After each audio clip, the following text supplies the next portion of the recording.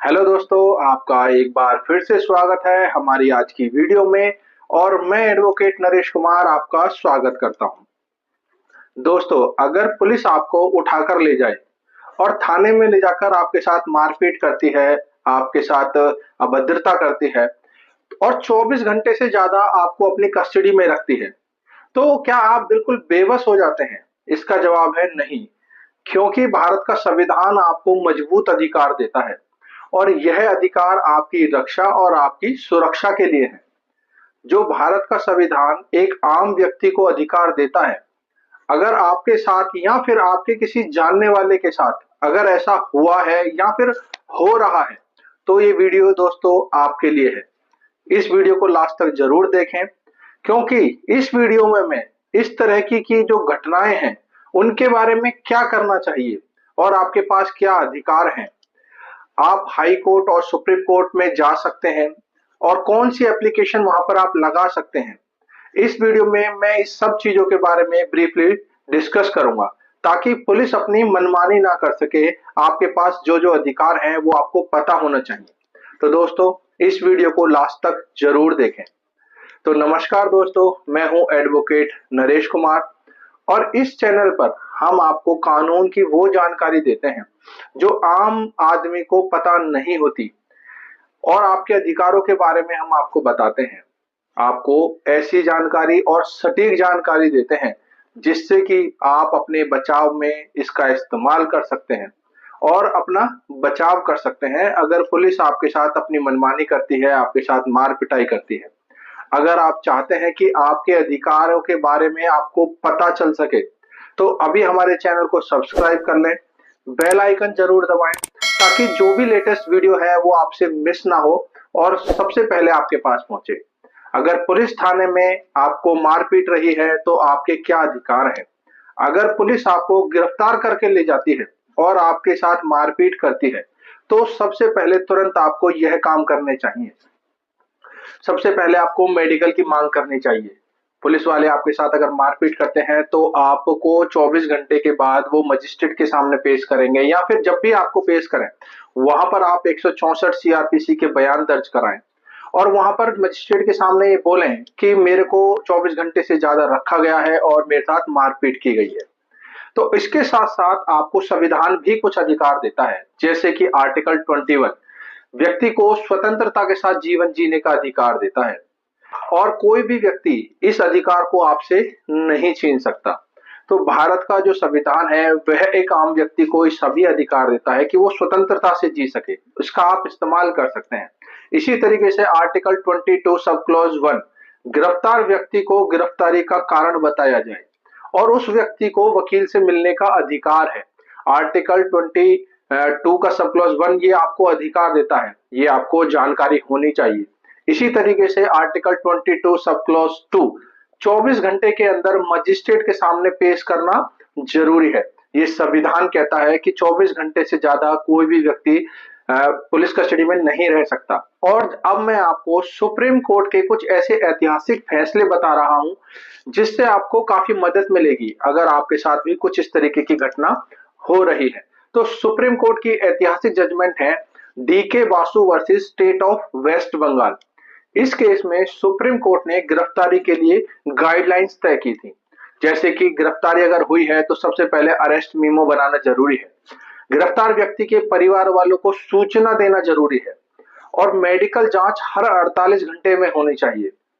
गिरफ्तारी का proper record बनाना होगा। अगर पुलिस इन नियमों का पालन नहीं करती है तो यह गिरफ्तारी अवैध मानी जाएगी। अगर पुलिस इस तरीके से करती है तो यह अवैध गिरफ्तारी होगी, ये सुप्रीम कोर्ट ने कहा। इसके बाद जो जजमेंट है Joginder Kumar versus state of Uttar Pradesh, इसमें सुप्रीम कोर्ट ने कहा कि गिरफ्तारी जरूरी हो तभी करें, सिर्फ शक के आधार पर गिरफ्तारी नहीं होनी चाहिए। अगर 24 घंटे से ज्यादा पुलिस आपको अपनी कस्टडी में रखती है तो यह गैर कानूनी है। यह ऐसी हिरासत जो है वो गैर कानूनी हिरासत होगी, तो ये आपको पता होना चाहिए।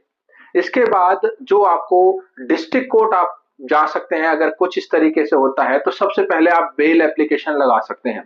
उसके बाद 97 सीआरपीसी या फिर बीएनएस सेक्शन 100 के तहत आप कोर्ट से वारंट इशू करा सकते हैं। कोर्ट के पास ये पावर है कि व्यक्ति को ढूंढकर कोर्ट के सामने पेश किया जाए। ये सेक्शन बहुत ही काम का है जो आपको पता होना चाहिए, और यह कोई भी व्यक्ति लगा सकता है। आपके रिश्तेदार लगा सकते हैं या फिर जिस व्यक्ति को गिरफ्तार किया गया है उसको उसके कोई रिलेटिव भी लगा सकते हैं।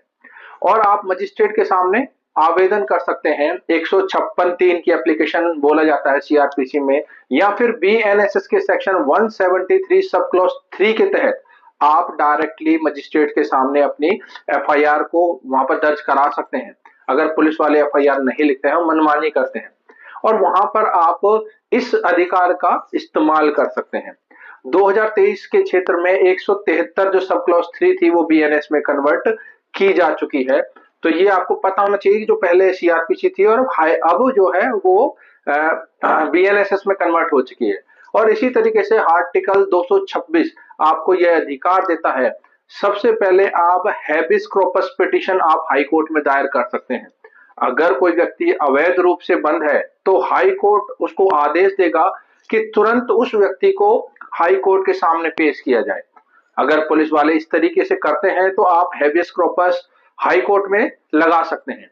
और सुप्रीम कोर्ट में आप आर्टिकल 32 मौलिक अधिकारों का उल्लंघन, अगर आप सीधे सुप्रीम कोर्ट जा सकते हैं, ये आपका मौलिक अधिकार है।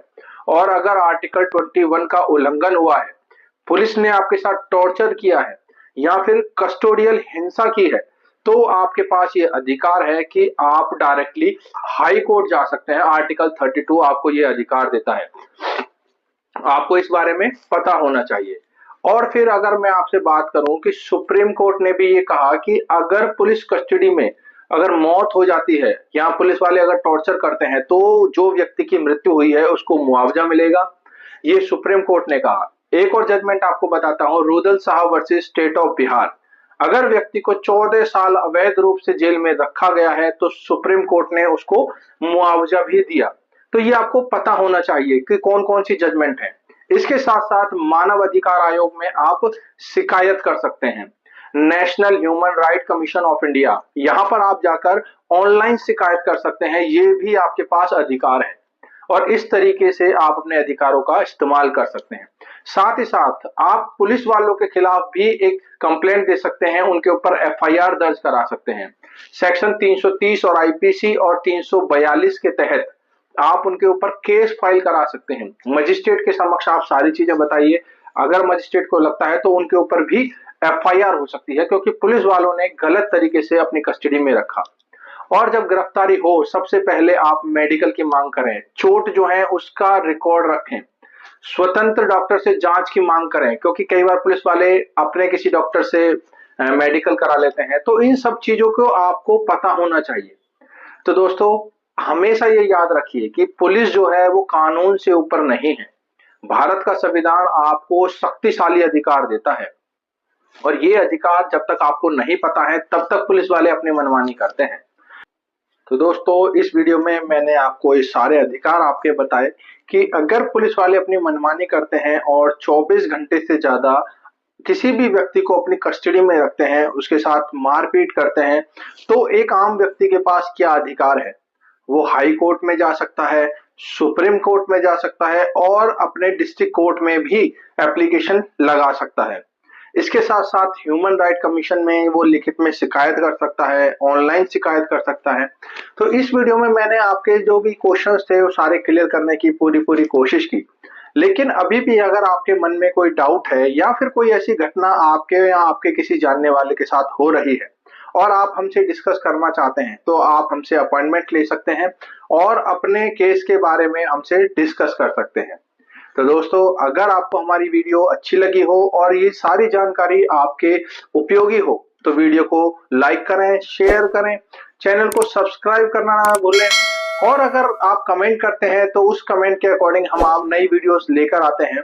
तो दोस्तों, कमेंट करना ना भूलें। तो मिलते हैं अगली वीडियो में किसी अनदर नए लॉ टॉपिक के साथ। तब तक के लिए थैंक यू वेरी मच।